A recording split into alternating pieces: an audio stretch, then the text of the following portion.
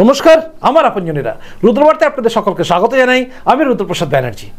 যে রাজ্যের মুখ্যমন্ত্রী একজন মহিলা, সেই রাজ্যে মহিলারা যখন নির্যাতিত হয় তখন চুপ করে বসে থাকেন মহিলা মুখ্যমন্ত্রী মমতা বন্দ্যোপাধ্যায়। যে পুলিশকে দেওয়া হয় মহিলাদের সুরক্ষার জন্য, রাজ্যের সুরক্ষার জন্য, সেই পুলিশের মধ্যে থাকা হোমগার্ড যখন জুনিয়র ডাক্তারকে নির্যাতন করে এবং তাকে হুমকি দেয়, তখন প্রতিবাদে রাস্তায় নামে কিন্তু বিজেপি। আজকে এক ধুন্ধুমার কাণ্ডের সাক্ষী হয়ে রইল হাওড়া গ্রামীণ জেলা, এবং সেটা নিয়ে এই মুহূর্তের রুদ্রবার্তা। আপনারা জানেন, গতকাল আমি আপনাদের সামনে এনেছিলাম সেই প্রতিবেদন, যে প্রতিবেদনে আমি জানিয়েছিলাম আপনাদের যে উলুবেড়িয়া হসপিটাল, সরকারি হসপিটাল, আবারও সেখানে এক জুনিয়র ডাক্তারের ওপরে হামলা হলো। এবং হামলা করলো কে? না, একজন হোমগার্ড, অস্থায়ী হোমগার্ড, এবং তার সঙ্গে সঙ্গে তৃণমূল কর্মী, তৃণমূল নেতার খুব ঘনিষ্ঠ, তৃণমূলের কাউন্সিলরের ঘনিষ্ঠ, চেয়ারম্যানের ঘনিষ্ঠ বলে অভিযোগ পাওয়া যাচ্ছে, এবং মন্ত্রীর তরফ থেকে নাকি রিক্রুটমেন্ট হয়েছে এই অভিযোগও পাওয়া যাচ্ছে। যদিও উলুবেড়িয়া হসপিটালে বিভিন্ন সিকিউরিটি গার্ড নাকি তৃণমূলের তরফ থেকে রিক্রুট হয় বলে বিরাট অভিযোগ। তো সেখানে দাঁড়িয়ে এই হোমগার্ড যেভাবে হুমকি দিয়েছে, হাত মুচড়ে দিয়েছে, যেভাবে অত্যাচার করেছে, তার বিরুদ্ধে কিন্তু সরব হয়েছে বিজেপি। গতকাল আমি আপনাদের দেখিয়েছিলাম যে বিজেপি কিন্তু তার ফাঁসির দাবিতে সোচ্চার হয়েছে। আজ দেখলাম আমরা হাওড়া গ্রামীণ জেলার এসপি দপ্তরের সামনে বিজেপির বিক্ষোভ, ব্যারিকেড ভেঙে দেওয়ার মতো বিক্ষোভ। আজকে সাক্ষী রইল গোটা হাওড়া গ্রামীণ জেলা। দেখুন তার এক ঝলক।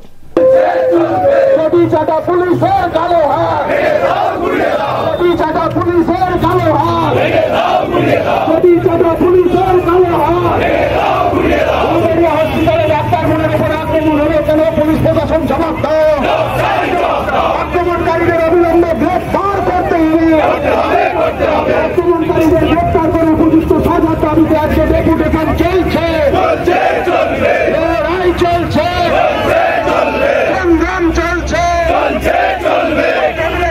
কালো পুলিশের কালো হাত,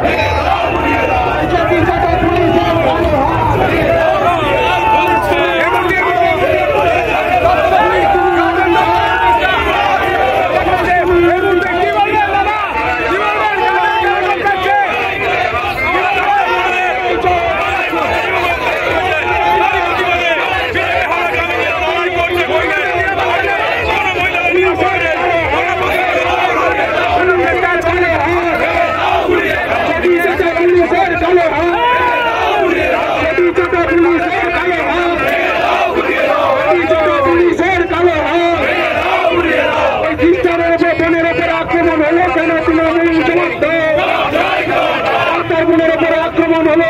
পুলিশ প্রশাসন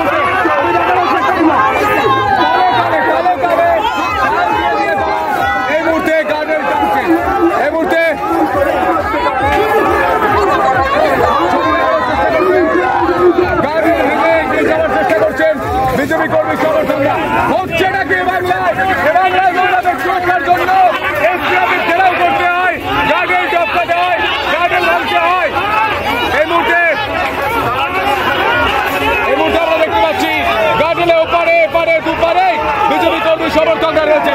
এই মুহূর্তে শোনার চেষ্টা করি।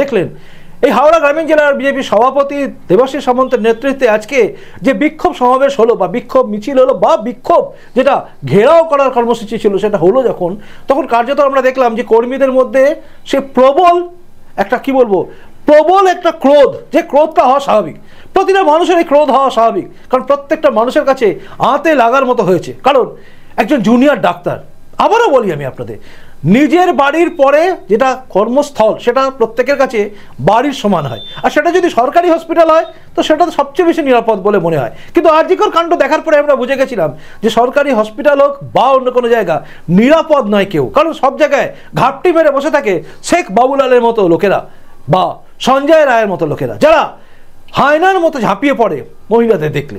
সঞ্জয় রায় ধর্ষণ করে খুন করেছিল, কিন্তু এখানে শেখ বাবুলাল যেভাবে অত্যাচার করেছে, নির্যাতন করেছে এবং তারপরে যেভাবে হুমকি দিয়েছে সেটা কিন্তু দৃষ্টান্ত স্বরূপ, এবং তার দৃষ্টান্ত স্বরূপ শাস্তি হওয়া দরকার। বিজেপির এই কর্মসূচি থেকে বারবার আওয়াজ উঠেছিল যে শেখ বাবুলালের ফাঁসি চাই, ফাঁসি চাই। এই আওয়াজটা উঠেছে কেন জানেন? কারণ হচ্ছে একজনের যদি নিদর্শন পাওয়া যায়, মানে একটা যদি উদাহরণ দাঁড় করানো যায় যে হ্যাঁ একজন মহিলাদের অত্যাচার করেছে, তার চরম শাস্তি হয়েছে, তাহলে কিন্তু আর কেউ করবে না। এই রাজ্যে যে ঢিলেঢালা পরিস্থিতি তাতে কিন্তু অ্যাকচুয়ালি মাথা চাড়া দিচ্ছে এই সমস্ত দুষ্কৃতীরা, যার ফলটা ভোগ করতে হচ্ছে সাধারণ মানুষকে, যে আমরা কোথায় যাব। একজন জুনিয়র ডাক্তার যিনি নিজের হসপিটালে রয়েছেন এবং সেখানে তিনি চিকিৎসা করছেন মানুষের, সেখানে তাকে অত্যাচার করা হচ্ছে, তাকে মারা হচ্ছে এবং তাকে হুমকি দেওয়া হচ্ছে বাইরে বেরোলে দেখে নেব। এই ভয়ঙ্কর ঘটনার সাক্ষী হয়ে থাকা উলুবেড়িয়া এবং গোটা রাজ্য আজকে অবাক হয়ে ভাবছে অভয়া কাণ্ডের পরে এই ঘটনা ঘটতে পারে। তার কারণ হচ্ছে আমরা সবাই সরব নই, শুধু বিজেপি চেঁচাবে, বিজেপি রাস্তায় নামবে, গুটি কয় ডাক্তাররা নামবেন, ব্যাস শেষ। আজকে অভয়া কাণ্ড যেভাবে ঘটে গেছে সাহস এদের বেড়ে যায়, কারণ একটাই কারণ, তার কারণ হচ্ছে এরা তৃণমূলের মদতপুষ্ট। তৃণমূলের সঙ্গে সম্বন্ধ ভালো ছিল সঞ্জয় রায়েরও। আর এখানে দেখুন শেখ বাবুলাল, সে তো একবার তৃণমূল কর্মী, অস্থায়ী হোমগার্ড থেকে তৃণমূল কর্মী, তার ফাঁসির দাবিতে সরব হয়েছে আজকে হাওড়া গ্রামীণ জেলার বিজেপি। আমি জানি আর এটা আপনারও দাবি হওয়া উচিত, আপনার দাবি কি সেটাই জানাবেন, কিন্তু আপনাদের প্রত্যেকের কমেন্টসের অপেক্ষায় আমি রইলাম, আর আমার পরবর্তী প্রতিবেদন দেখার অপেক্ষায় আপনি থাকবেন। এখনকার মতো আসি, দেখা হচ্ছে এরপরে রুদ্রবার্তাতেই। নমস্কার, বন্দে মাতরম, ভারত মাতা জয় হোক, জয় হিন্দ।